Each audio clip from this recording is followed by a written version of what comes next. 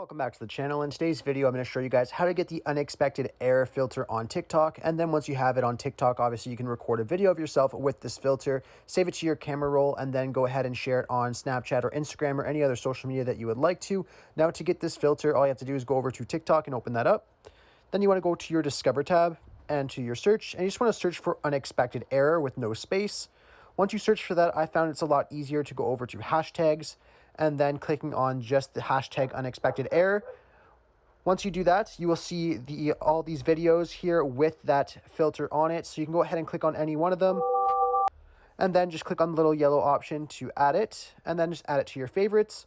Once you have it added to your favorites, you can just go access it and then click on the filter, and then you'll be able to adjust what it says inside of the unexpected error message. Anyhow, I really hope I was able to help you guys out with showing you guys how to get this filter. If this video did help you, be sure to leave a like on it and subscribe for more. Thanks for watching.